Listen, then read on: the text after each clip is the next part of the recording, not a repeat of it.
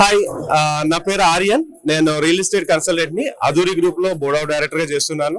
So మా projects వచ్చి షాద్ Nagar side ఉన్నాయి, Warangal highway and Vijayawada highway. నేను బేసిక్ గా ఏం చెప్తానంటే, ఇన్వెస్ట్మెంట్ ఎక్కడ పెట్టాలి, ఎక్కడ పెడితే గ్రోత్ అవుతుంది, ఎక్కడ పెట్టకూడదు, ఎక్కడ పెడితే డెడ్ అవుతుంది, ఈ విషయాలన్నింటినీ నేను ప్రాపర్ గా గైడ్ చేయగలను. సో ఆప్నా క్యాటలిస్ట్ ఫార్మ్ లో వచ్చినందుకు చాలా హ్యాపీగా ఉంది. సో నేను చాలా మంది ఎన్ఆర్ఐ కూడా పోర్ట్ఫోలియో మేనేజర్ కింద వర్క్ చేశాను. సో పోర్ట్ఫోలియో మేనేజ్మెంట్ అంటే ఏం లేదు, మనం ఒక 1 crore కానీ 50 lakhs కానీ ఎక్కడైనా ఇన్వెస్ట్ చేయాలంటే which is the best place అనేది నేను అనాలిసిస్ చేసి చెప్పగలను. సో మాకు వచ్చేసి ఓపెన్ ప్లాట్ లో షాద్ నగర్ సైడ్ అండ్ విజయవాడ హైవేలో ఉన్నాయి.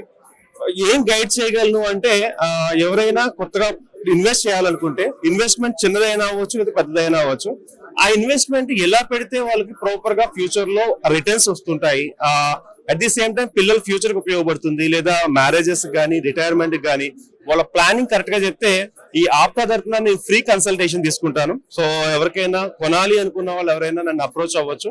సో నా పేరు ఆర్యన్, ఆధురి గ్రూప్ లో డైరెక్టర్ గా పనిచేస్తున్నాను. నా మొబైల్ నెంబర్ 9948152728.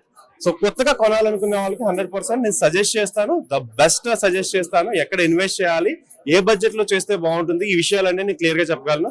నేను చాలా ఛానల్స్ లో అనలిస్ట్ కింద కూడా నేను వర్క్ చేస్తున్నాను.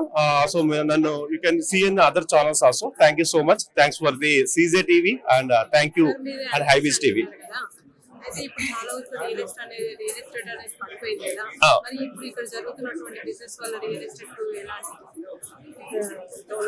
అంటే గుడ్ క్వశ్చన్ అండి. ఈ రియల్ ఎస్టేట్ అనేది పడలేదు, హైడ్రా ఎఫెక్ట్ తో కొంచెం డల్ అయింది.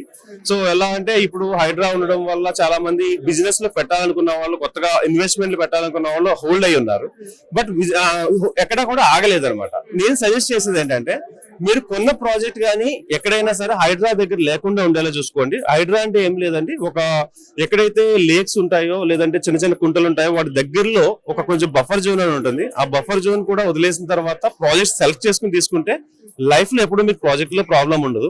సో మేము సజెస్ట్ చేస్తామంటే, ఎలా ఉందా లేదా సెలెక్ట్ చేసుకోవాలి, డిటిసిపియా, హెచ్ఎండిఏ, లేకపోతే ఆ ప్రాజెక్ట్ ఏ అప్రూవల్ లో ఉందో మనం సెలెక్ట్ చేసుకోవాలి.